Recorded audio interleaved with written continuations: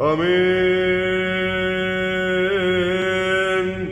Η γέννησή σου Θεότο και χαράν εμήνησε πάση τικουμένη,